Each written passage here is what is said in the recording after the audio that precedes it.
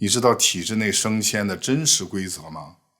如果你干到退休还是一个基层小科员，没有背景，没有贵人提携，升不了还走不掉，你能接受吗？大家好，我是 Max， 今天我们就来聊一聊清华博士冯君奇在县城官场挂职2年，实地调研161位干部后发现了惊人真相。谁能翻身？谁注定原地打转？这个视频可能会彻底改变你对考公的看法。我的视频只发 YouTube， 不发国内的平台。为什么？因为我只说实话，不喂鸡汤。说实话呢，就免不了会影响社会和谐，您说是吧？其实呢，还有一个原因，我想发也根本发不了。您看我这个长相，我这个声线，是不是违规了？粉丝总说我像那个谁，您自己判断，我就不说了。我平时我都不敢歪脖子。有些真相啊，虽然残酷，却值得你我正视。比所谓那些考公才是希望，这些响亮的口号，这些顺口的鸡汤要有用的多。我呢，不是在黑体制，也不是唱衰考公。那我呢，今天是想借用一篇全面严谨的博士论文，有理有据，把真实的体制生态告诉你，帮你搞明白你适不适合这条路，你的家庭、性格、资源有没有搭好这个体制内升迁的电梯。不然你拼死拼活考进去，才发现自己压根儿连按钮都够不着，那你说咱多冤啊，对吧？我引用的这篇论文名字叫《中县干部》，作者冯君奇是清华大学的社会学博士，他挂职下到河南某县，实地考察县官生态，用2年时间整理出了161位副科级及以上干部的完整数据，外加亲身见闻。这篇论文后来在学界广为流传，被称为中国基层官场的样本切片。这时候可能有人已经在评论区上敲起来了这个论文讲的是10多年前的事儿，而且只是河南一个县，现在公务员逢进必考，很公平，公款吃喝等腐败现象也禁绝了。论文里那一套还适用吗？我理解你这个疑问，放心，随后我会回答您这个问题。这条视频不但会把体制内升迁的真相讲透，还会告诉你现在的体制真的变了吗？好，我们接着往下看。先说个最扎心的事实在这161位干部中，超过一半都有关系背景。什么叫关系？比如说父亲是原来的县领导，有亲戚在市委组织部，自己呢曾经当过书记什么市长的秘书。而那些裸考上岸没有背景的干部，基本呢被卡在了基层部门，10几年呢原地打转，没机会进这个核心圈子。说白了考上只是入门，混圈子才是升职的门票。作者在论文中反复强调，圈子和出身几乎决定了体制内的命运走向。细论起来呢，圈子又分为核心圈子、次核心圈子、边缘圈子。圈子归属取决于出身背景资源关系和职业路径晋升最快的群体几乎清一色来自于干部家庭，而反观草根出身的呢，大概率被分配到事务性岗位，也就是干杂活什么写材料在单位里永远都是当配角的命。论文中记录了大量类似的访谈，他升得快是因为他爸原来是副县长。我早就知道我们这种没背景那就是来陪跑的。文中甚至出现全家几代人都在一个系统的案例，这听起来是不是有点熟悉现在网上不是天天报什么3代烟草人、3代税务人，这不是巧合，这呀就叫系统。考虑到这位清华博士毕竟是外来的和尚，不了解实情，而这161位接受访谈的干部呢，心里嘛多多少少他会有顾虑，他可能没有把实话全部说出来。所以说呢，有关系背景的比例啊，一定比作者看到的还要高。说升上去的全是有关系的，可能有点绝对化呀。但事实难道不正是如此吗？你身边有没有这种3代人从政的现象？有这样的家族？欢迎在评论区打个有，咱们看看比例啊。论文中关系2个字一共出现了整整360次，真是360度无死角覆盖啊，足见它在体制语境中的分量。说到这儿，您可能要问了，这篇论文不是10多年前写的吗？还只调查了河南一个县，这放到今天，放到我考的省直公务员、中央部委，它还能有多少参考价值呢？这个问题问得好，但我建议你啊，别急着下结论，咱把视频看完，你就会发现，虽然人换了，岗位变了，文件越来越正规了，但这套官场运行的底层逻辑啊，根本就没变。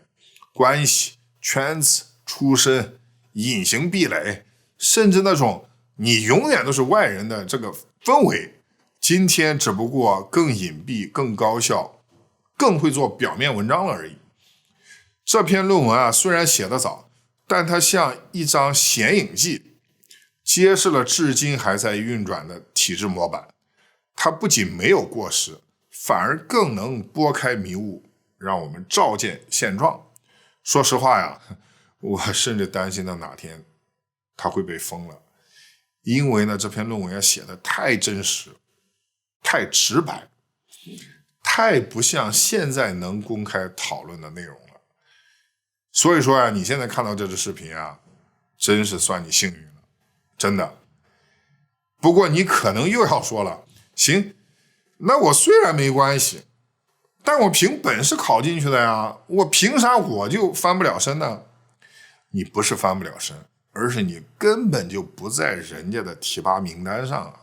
接下来你会看到体制是如何精准的筛人，让你干10年还在原地打转，自己都干到怀疑人生，甚至到最后你会发现啊，那些你以为努力就能换来公平的岗位，根本就不是给你准备的。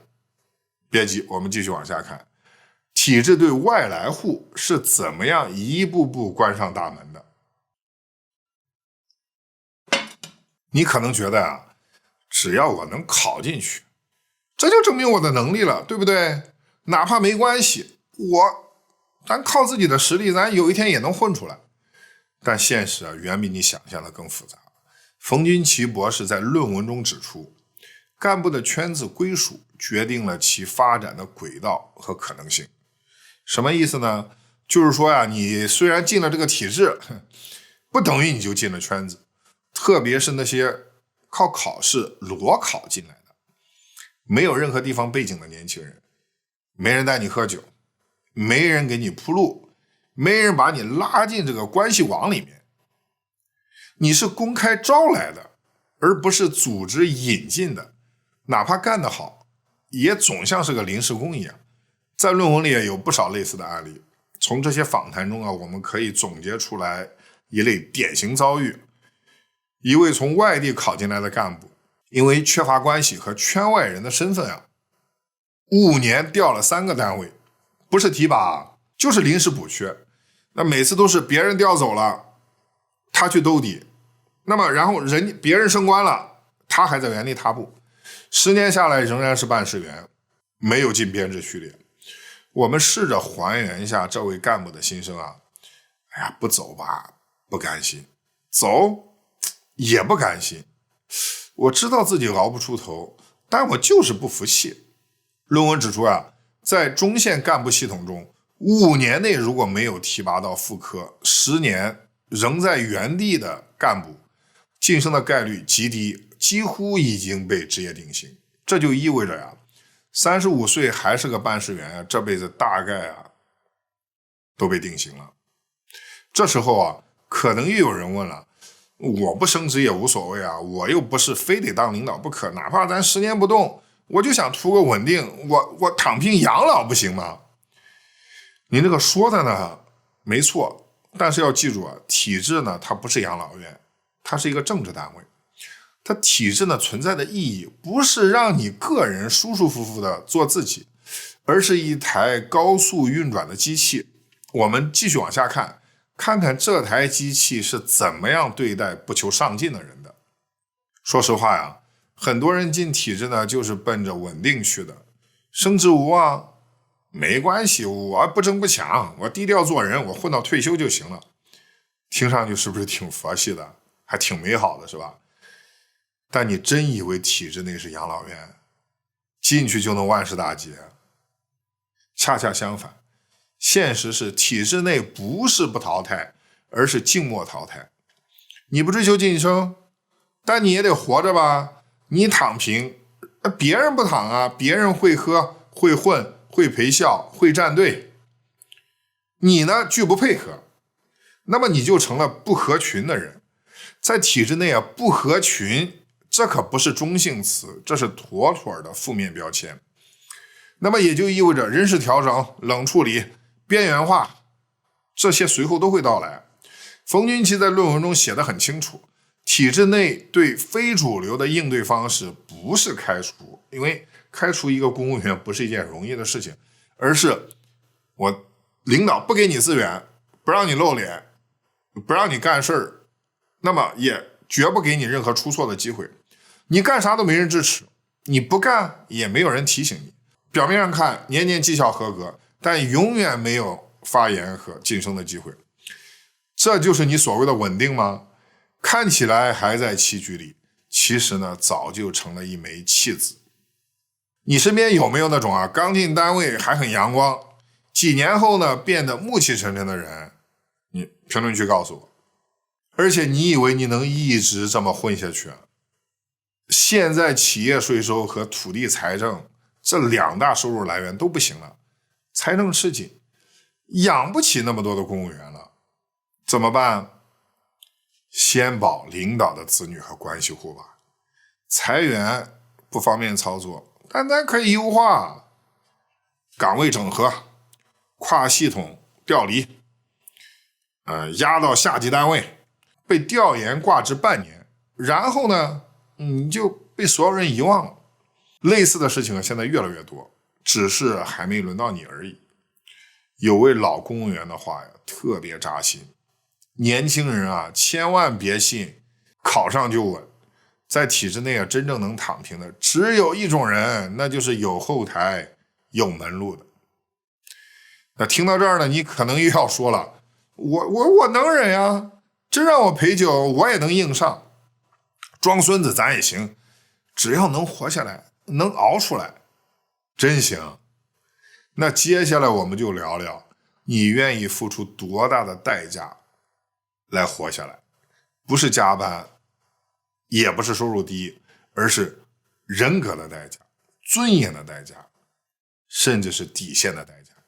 我们接着聊，很多年轻人考公的时候就想好了，我不求升官发财，我混口饭吃嘛，忍一忍，忍到退休就好了嘛。可你知道体制内最难忍的是哪种事儿吗？不是熬夜写材料，不是干10年都不加薪，而是你必须在一堆违心的事情上装孙子，还得装得像，装得久。首先是应酬，吃喝呢是官员的头等大事。作者在调研过程中亲身经历过接风酒局。据这个媒体报道他曾经被安排连续数天连轴转的酒席。他本身的酒量只有1两，结果呢硬是被灌到吐，整整吐了半个月。你可能想说，这算啥？这就是体制文化的一部分吗？这谁都知道啊。酒桌就是圈子，能喝就是态度，会喝就是潜力，对吧？你要是觉得体制内只是卷，只是喝个酒应酬一下，那你未免太单纯了。冯君奇在论文里专门用了整个章节讲干部作风问题。大部分情况下，女性往往都是最终受害者。作风问题呢，越来越不像是一个问题，甚至找情人呀、什么包二奶呀，已经成为一些干部群体的时尚和风气。这可不是八卦哈，是县委组织部的原始材料、卷宗和控诉信、处理报告，字字句句白纸黑字呀。比如说，有女教师因为揭发领导性骚扰，跳河自杀未遂，还有人大副主任控告镇长强奸，最后不了了之，被劝私下解决。这些都写在论文里，有兴趣的朋友啊，可以到这个评论区下载全文。未成年人啊，建议在家长陪同下阅读哈。所以啊，如果你是没有家庭背景的女孩，幻想靠好好干在体制内闯出一片天，那么你一定要先做好心理建设。你面对的是不受约束的权利，土皇帝一般的上司，还有一个靠潜规则运转的私密圈子。不是你不努力啊，是这套系统根本就没打算给你机会。当然了，如果你从中看到的是商机、励志和领导周旋到底，最终降龙伏虎，那我倒不劝你三思了。我只是提醒你一句啊，体制内的实权领导啊，那可是珍稀的猎物，是一众女猎手争抢的资源，你得趁早练好本领。体制内啊，女性不容易，男性呢也好不到哪里去。作者还观察到一个现象，技术型干部写材料干实事的永远都在角落里默默无闻，那秘书型干部呢，负责陪领导、布置会场、打点关系、迎来送往、溜须拍马，升得飞快。为什么？因为在体制内，有能力不是关键啊，谁更懂潜规则，谁更能胜任领导期待。你要想熬出来，你得接受的不是工作压力，而是明知道数据造假，却必须配合领导做表演；明知道政策无效，还得满嘴套话、假话、空话；明知道方案是错的，却不能提异议，只能装聋作哑。你愿意忍这些吗？说起政绩造假，文中还记录了一件特别荒唐的人间喜剧。有个副乡长说，他负责的那个村啊，其实只有5头牛，结果上级来检查，非要看100牛养殖场，就是要有100头牛，就是因为这个牛已经吹出去了。怎么办？简单，就在河滩上搭个假牛场，立几个牛槽子，然后从别的村临时把这个牛借调过来，检查完再还回去。他说那时候啊，一到检查，全县猪牛羊大迁移，满大街跑的都是，热闹的跟赶集似的。你想象一下啊，你早上你穿着白衬衣、干部夹克，精神抖擞的去上班，公务员的标配嘛，对吧？结果领导一句话，去把这个猪牛羊赶到检查现场。于是呢，你就穿着这个一身整齐的这个工服，扯着嗓子追着牲口满地跑。你赶牲口，领导赶你。这份体面的公务员工作，我问一下，你真能憋住不笑吗？但这笑是苦笑，因为你必须参与这些荒诞的表演，否则你就不是领导的亲信，对吧？他为什么让你赶牲口？他为什么不让别人赶？还不是因为你人缘好，跟牲口合得来吗？还有更扎心的，这种忍不是一时，是每天都忍，年年都忍，到最后啊，你可能不是熬出头，而是把自己熬成了你最讨厌的人。你想嘛，你还要亲自赶牲口，这是你当初理想的生活吗？这时候又有声音说，不就是说点套话嘛，政绩造假我可以闭眼不看，赶牲口也无所谓，我就喜欢小动物，对吧？动物比人好多了，最起码动物不逼我喝酒啊，只要能上岸，我能活下去就行了。你说的没错，我相信你能忍，但问题是，你以为忍了就轮得到你吗？错，你连候补席都进不去。很多位置呀，从一开始就写好名字，贴了标签，只是等那位自己人来上任。接下来你会看到，为什么哪怕你从拉关系、应酬拼酒到政绩造假，你都忍了，该轮到你的岗位，最后也落到别人家孩子身上。因为选调生制度才是体制的直通车。忍了假话，忍了酒局，忍了边缘化，你还在等机会，等哪天某个大领导突然赏识你，从此你就平步青云。但现实是啊，你不是升的慢啊，你是根本就不在人家的提拔名单上。那冯军奇在调研中发现啊，中线很多重要岗位啊都被自己人提前内部消化完了。比如说作者观察到啊，某单位副局长的位置还没有公布遴选消息，就已经内定给某位领导的亲戚了。某镇党委书记，还在任的老书记就已经给熟人铺好了路。某干部职位调整，整个过程透明公开，但真正选举呢，发生在之前的饭局和私下协调中。表面上看，这是明规则加竞争上岗，背地里呢是暗门道加圈子继承。你有没有发现，现在体制内越来越多的三代人，三代税务人，三代铁路人，三代烟草人，这不是偶然啊，这是一个封闭系统的自我繁殖。那么这个现象和你我有什么关系呢？因为这个现象意味着呀，当体制内的老人都在拼命把自己的孩子送进去的时候，哪里会轮得到你呢？你以为自己是高分逆袭，实际上你只是补了一个没人要的空缺，坐的是冷板凳。他们真正想要安排的自己人啊，通过另一条通道已经提前安排好了。那么最典型的通道是什么呢？就是所谓的选调生制度。这个被称为公务员天花板的通道，看似开放，其实极容易被关系户、地方上的官二代、高校定向保送被这些手段所操控。甚至孩子考不上大学都没关系，花钱到国外读一个水校，然后招收标准里面第一条写上有海外背景的优先，这不就搞定了？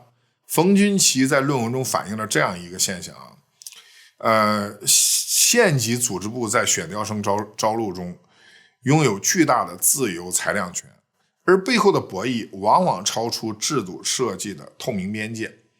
那这个话呢比较绕啊，我们翻译一下，就是说一个萝卜一个坑，但是呢我们是先有这个萝卜再去挖这个坑。证据呢就在原文中文中提到了3个选调生，全部都是关系户，要么是父亲是干部，要么丈夫是领导。你还觉得自己拼分数有用吗？再说一遍你不是翻不了身，而是你根本就没有在这张棋盘上为什么要拿自己的青春、尊严和希望去做那些天选之人的背景板和垫脚石呢？你可能还在挣扎，我不求当局长，我不求当书记，我就当个编制内的小职员，我图个安稳不行吗？可以。那你要接受的是，一生都被关在一个你进不去出不来的低端循环里。体制呢不是不让你进，是让你看得见却永远你都够不着。说到这里呢，有些人已经开始动摇了，那有些人呢反而更坚定了，不管你说什么，我就是要试一试。那我不拦你因为呢的确有这么一类人呢，他是适合体制的，是有可能混出来的。是哪一类人呢？首先，体制内家庭出身，父母在系统内有带路人，进系统不是靠卷，而是靠所谓的资源整合。其次，本地关系网络强，老家呢就在本地啊，有亲戚朋友是公务员，能混圈子，能找资源，熟人多。3呢就是社交型人格，擅长察言观色，情绪稳定，懂人情世故，不较真儿，会圆滑，能喝能熬，拍得了马，忍得了气。4呢就是认同稳定高于价值实现，没有特别强的自我意识，也不追求创造性工作，反正愿意接受等级森严的这个组织逻辑。那么如果你属于以上的这几类人，那考公也许是你不错的选择，你会比其他人更容易进入体制，然后呢更快的适应生态，并得到体制认同。那么哪些人不适合呢？非常重要，请务必对号入座，哪怕你成绩好，学历高，也要三思。首先是寒门出身，没有任何人脉支撑。其次呢，性格独立，不愿低头，不愿意拍马、喝酒，还有迎合。3，你追求创造价值，而不是维持秩序。4，女性，尤其是未婚未育的，体制内呢歧视比较严重。5呢，不想说假话，讨厌套话，拒绝溜须拍马的。最后呢，希望通过个人努力晋升的理想主义者。后面的这几类人呢，在领导眼里呢，这属于不稳定因素，是难以安排的变量，很难有出头之日。一旦进去了，就像高分考进县中学的天才少年，那我们小时候都见过这种人啊，每天被当成多余的书呆子看待，是大家嘲笑的对象。你越真诚，越能干，越清醒，你就越显得跟周遭的环境格格不入。这并不是否定你，而是提醒你，你不适合这个游戏，不代表你不优秀，反而呢，正说明呢你的难能可贵。你也许还在犹豫啊，可我不去考公，我还能干什么？你看体制外这些私营企业都这么惨，出去难道就有希望了吗？很好，最后我们就来说说，如果你是寒门，是做题家，是没有关系的普通人，体制之外是否还有属于你的出路？在我们聊出路之前啊，我们先讲一个真实发生的悲剧。去年也就是2024年陕西咸阳有一个女孩，大学毕业后没找工作，就是选择专职考公。她呢考了几次，成绩都很好，笔试呢都是名列前茅，但是呢每次到了面试环节就被刷掉了。她不甘心，她不明白这是为什么。她相信呢努力，相信公平，相信体制内呢能给寒门学子一个机会。他租住在一个小区里啊，靠父母接济生活，因为自己没有收入嘛，毕业了以后呢没收入嘛，后来连吃饭都成了问题。直到某天啊，房东联系不上，也敲不开门，最后把门锁敲开以后，才发现他在出租屋里面已经饿死了。这可不是电影，也不是编的段子呀，而是发生在你我身边的真实事件。他不能说是没能力，也不能说没有拼搏，而是他根本就没有看懂这个游戏。他不知道啊，面试啊早就有潜规则了，编制呢早就被内定了。他不是失败，他是一早就被这个系统给默默的排斥了。他呀只是根本就不属于这张棋盘。我不是用这个故事来吓你，我只是希望啊，在走上这条路之前，你能先看清这条路长什么样，前面有多少坑。现在呢，你可能情绪很低落，因为呢，你终于看明白了，原来这不是一场努力就能上岸的考试，而是一套复杂的社会分层机制，是一台筛选关系加上复制阶层两者并重的机器。你越晚知道这个真相，你就越容易浪费时间，错过窗口。但我今天呢，不是来给你泼冷水的，更不是告诉你，哎呀，考公没用。我只想说一句啊，体制不是你唯一的选项。如果你出身寒门，缺乏关系，缺乏资源，你既喝不了酒，也拍不了马，或者呢，哎呀，你心里呢还多多少少有点理想主义，你觉得呢人生应该有点别的意义吧？那么至少，我认为还有以下几条现实的出路你可以考虑的。首先，逃离阶级固化的小县城，去大城市闯，哪怕卷，咱好歹咱能跳槽，能升级，对吧？有选择。你也可以干技术，搞自媒体，做副业，远程接单，自己掌握节奏，你不求别人，对吧？那能出国，有条件出国的，咱就出国去，这不是逃跑啊，而是选择一个更有利于自己的环境。所谓的这个树挪死，人挪活嘛。别把希望压在一个单位或者说一份工作上，你搭建自己的护城河，这比什么稳定都管用。最重要的，你还敢说真话，你保有底线，你没有被这个系统驯服。在我看来，你这就是人生赢家呀！人生的道路千万条，不是人人都得挤破头进体制升官发财。你可以换一种更轻松的活法。我们中国传统社会几千年来所谓这个读书人金榜题名，对吧？然后出人头地当官，这种所谓的体面代价太大了，不是每个人都承受得起。很多人跟我说看了类似的视频呢，只会焦虑。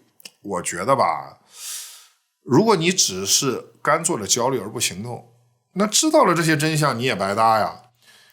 但是如果你愿意动起来，查信息、学技能、建链接、做积累，那么你现在看到的这些真相反而会成为你的底气啊！今天这个视频送给所有被时代所困、为前途焦虑的人们，你可以转给你的朋友、弟弟妹妹、你的孩子、你的父母，让他们别再抱着从众心理就盲目的踏上考公路，而是先看清体制内的原则和真相，再决定要不要花一生劲去赌一场难以逆袭的游戏。如果你觉得这条视频值得被更多的人看到，欢迎分享、点赞、评论。你每一次扩散的动作都是一次打破幻象、传递真话的努力。欢迎在评论区留言，我会持续带来更多这样的内容。感谢您的支持，我是 Max， 我们下支视频再见。